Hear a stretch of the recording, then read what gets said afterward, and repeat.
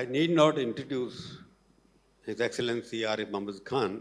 He has been here quite regularly, and he's one of the most outstanding scholar I call now because he's no more an active politician.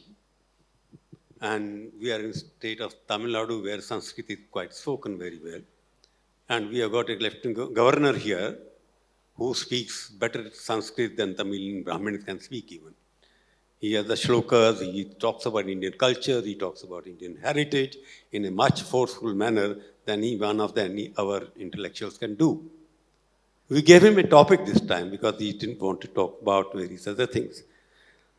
So his topic is he'll define himself because I would give him the chance to give his, because he's rich in terms of presentation. I will request you to first. Thank you very much. Thank you very much, Prabhu Chawla ji. Ladies and gentlemen, I think the topic we are going to discuss is the education and place of morality in it. In fact, I had suggested to Prabhuji that I would like to speak on Indian knowledge system, where, and I had specifically mentioned that how without moral and ethical values on which Indian knowledge system focuses, without that, how dangerous the situation becomes. The Western concept of education is empowerment of the individual and the society. But the difference between Western concept and Indian concept is, for us, it is not merely the source. Education is not merely source of empowerment, but more importantly, it is source of liberation. However learned one may be, if one lacks the sense of ethical and moral values, then such a person runs the risk, or such persons, they may easily degenerate into brutes. Sakcharo vipri tatve rakshaso bhavati dhurvam.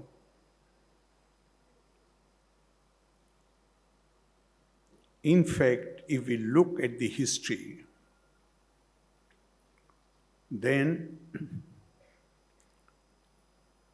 more harm has been done by the educated people than the uneducated ones. There is no problem with the education. Education is absolutely essential.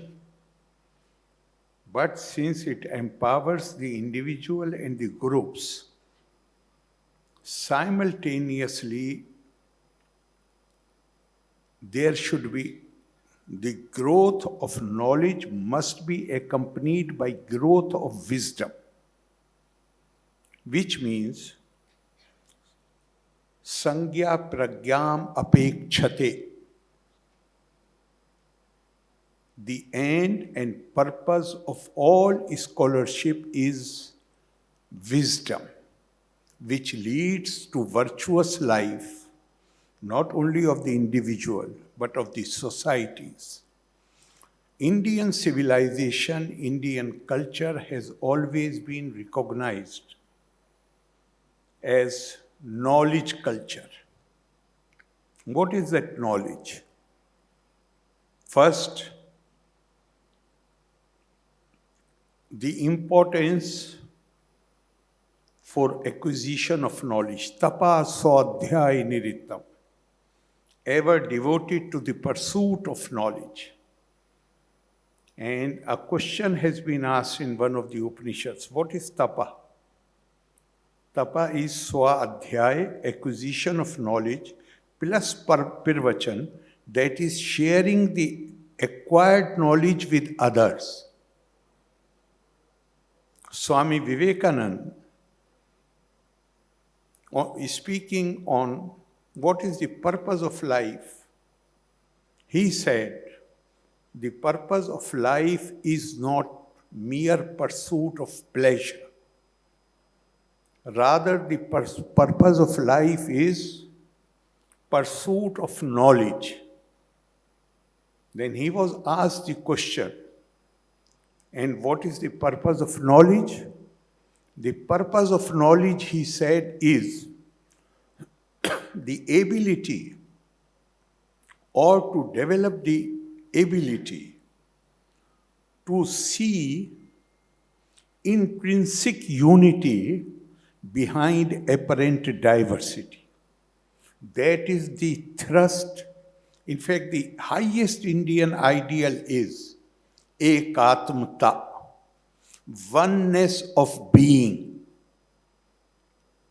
And if I may quote Adi Shankara, he said, Shlokardhena pirvakshani yadavanta grantha kotisha brahm satyam jagat mithya jivo brahmeva napara. A very powerful statement of oneness of being. He says there is no difference between the Jivatma and Paramatma. And that Paramatma in the form of Atma dwells in every living being.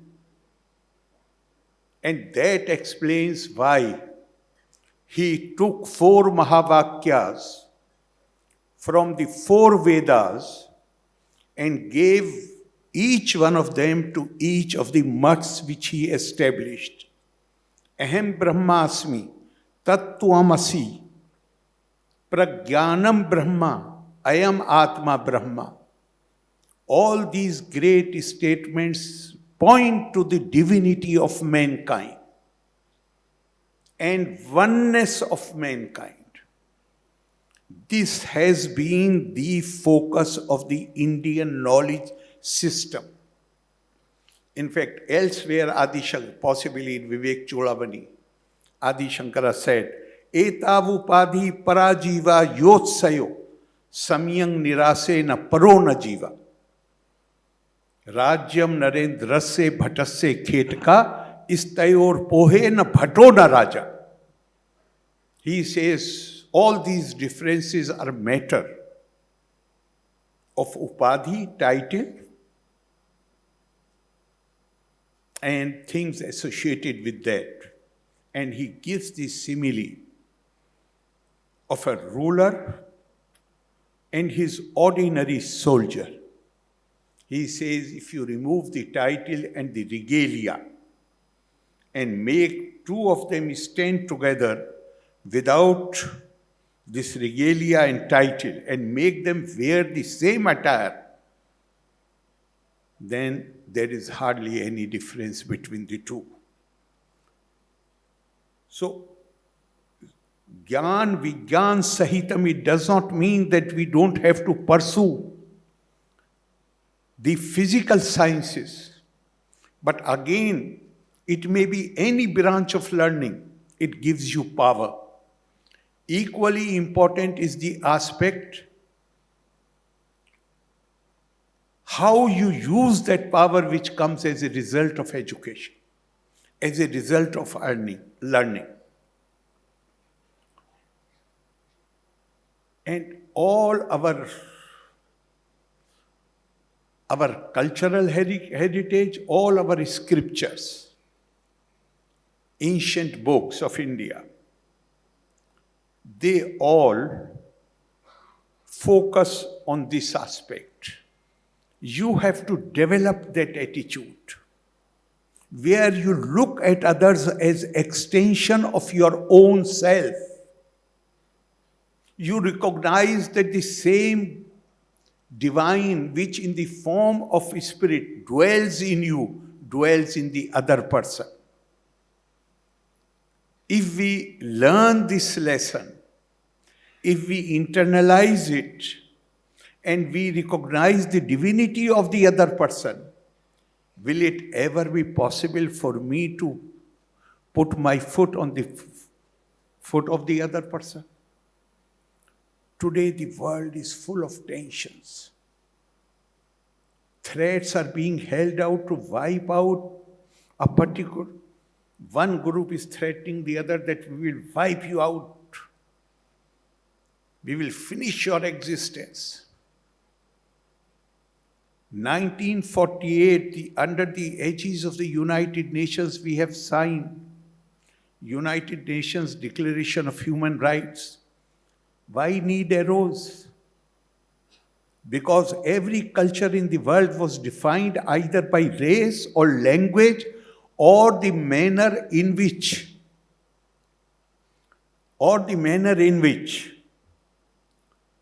we give expression to our faith and belief. Indian thought leaders had rejected all these characteristics, which are variable and alienable. And that is why Indian culture and civilization was defined by Atma, a common legacy of not only mankind, but of all living beings. You have to be considerate and kind even to non-human beings. The animals, the plants, the animals who live in waters. That has been, and this is what, as I said earlier, all our books are full of these exhortations. Srimad Bhagavad Gita says, Yada bhuta pirthak bhava mekasthamanu pashyati tat evacha vistaram brahma sampadyate tada. All these, the Indian thought recognized diversity as the law of nature. Diversity is everywhere, but diversity is viewed with suspicion, distrust, discomfort. India, right from the beginning of our civilizational journey, when the proclamation was made, Ekam Sat Vipra Bahuda Vadanti, we have not only accepted diversity as a law of nature, but we respect diversity. We hold that diversity itself, provided we develop that samyang nirase, abhed drishti, diversity itself can be used to strengthen our unity. The world recognized in 1948 human rights based on the concept of dignity of mankind. Indian thought letters 1,000 years back, they gave the concept of divinity of mankind, which is more comprehensive than dignity of mankind, which includes everything.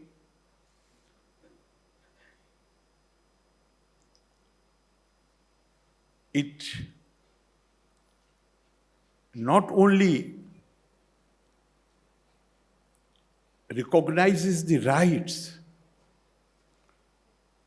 but our cultural legacy says that each one of us has the potential to become divine. That is what I have already said, that it does not mean that there should be less focus on physical sciences. No. Sarva Shastra Priyojanam Atma Jnanam.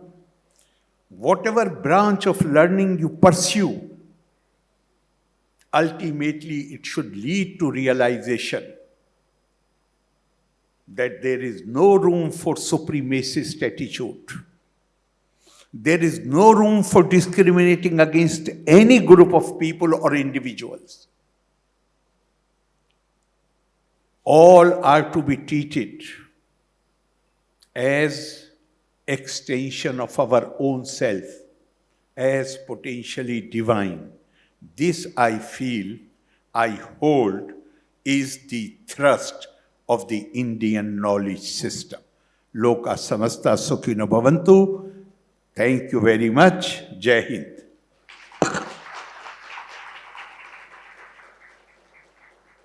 Normally, governors are never asked questions, but being an old friend, I can take some liberty with him. You can be very tough with me.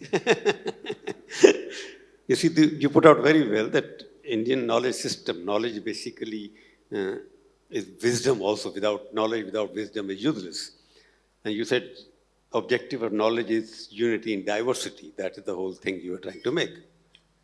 India, after so many years, is the most knowledge society in the world, the growing knowledge society. Don't you think that as the knowledge we are getting more and more knowledge, more and more information, India is becoming more and more disunited, divided? Is knowledge is dividing the country, or politicians, or rulers, or opinion makers are dividing the country? That's the impression, that India is more divided than it was ever. No, I don't think India is more divided, but this impression is definitely because we look at education and the way we have our education system has been working. It is divorced from the definition or from the perspective of the Indian thought leaders. We consider education only as a source of self-improvement or self-empowerment. How that power which comes as a result of education is to be used, that aspect is missing from our education system. Because we have been pursuing the same thing, same system, which we had adopted during the colonial rule. For the first time now, under the new education policy, we have talked about the Indian knowledge system. The Indian knowledge system means you have every freedom to pursue anything.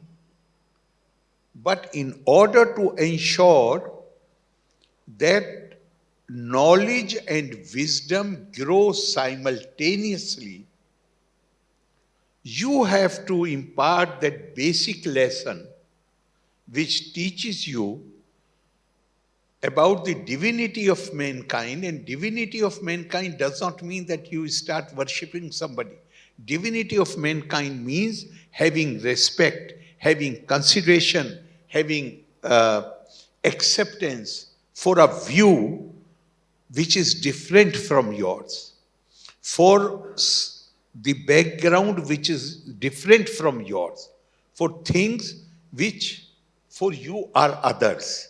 Because according to Swami Vivekananda, all these things which we consider others, they are only apparent things.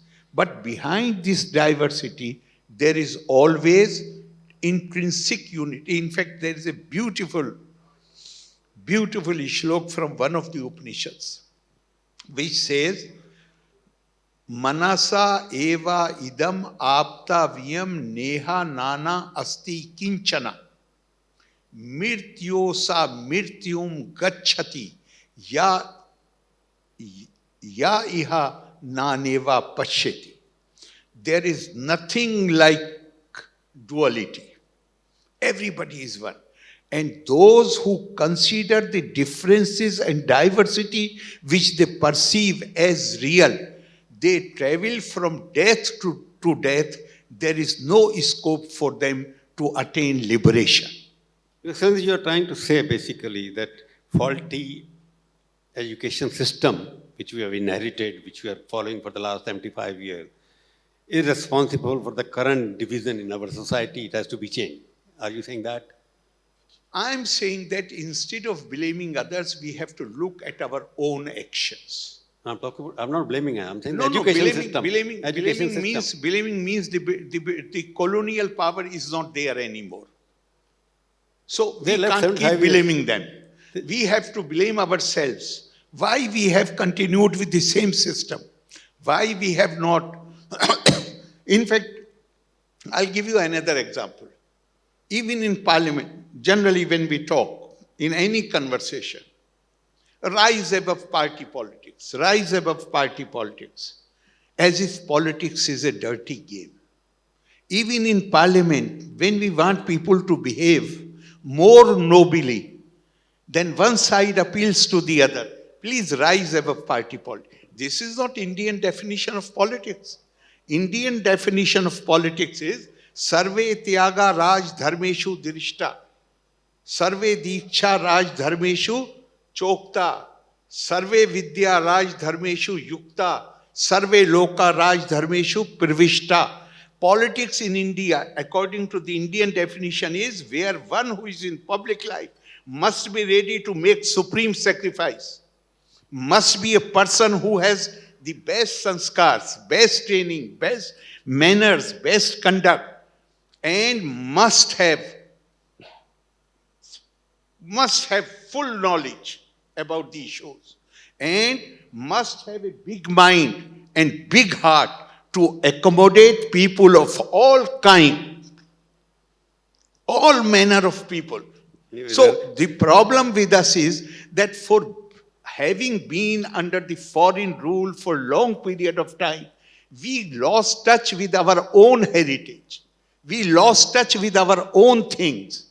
We need to, does not mean that we have to go backward. No, certainly not. Dr. B.N. Seal has said, Dr. B.N. Seal was Mysore University Vice Chancellor, and he was Swami Vivekananda's class fellow. He has coined a beautiful phrase, India is ever aging but never old. We have a mechanism, internal mechanism, which helps us to renew our values.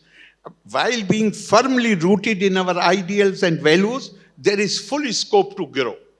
No, as you rightly pointed out, time is short. If you have to give a mantra that in this country where the unity is still in danger as per politicians, as a scholar, as a non-political person, what would the mantra for you to give to everybody? I will give you mantra, one shlok of the Srimad Bhagavad Gita, Yo ma pashyati sarvatra sarvam chamai pashyati, tasyaham na pirnashami sacha me na pirnashyati. One who sees in everyone me, that is God, and in me everyone, I am never separated from such a person, nor he is separated from me. The day we start behaving according to these exhortations, will there any problem be left for us to deal with? Are you, in terms of simple language, journalistic language? Sorry? Journalistic language, I am trying to say, that are you favor of saying no appeasement to anybody? There is a question of appeasement. You have to, whenever you will try to bend,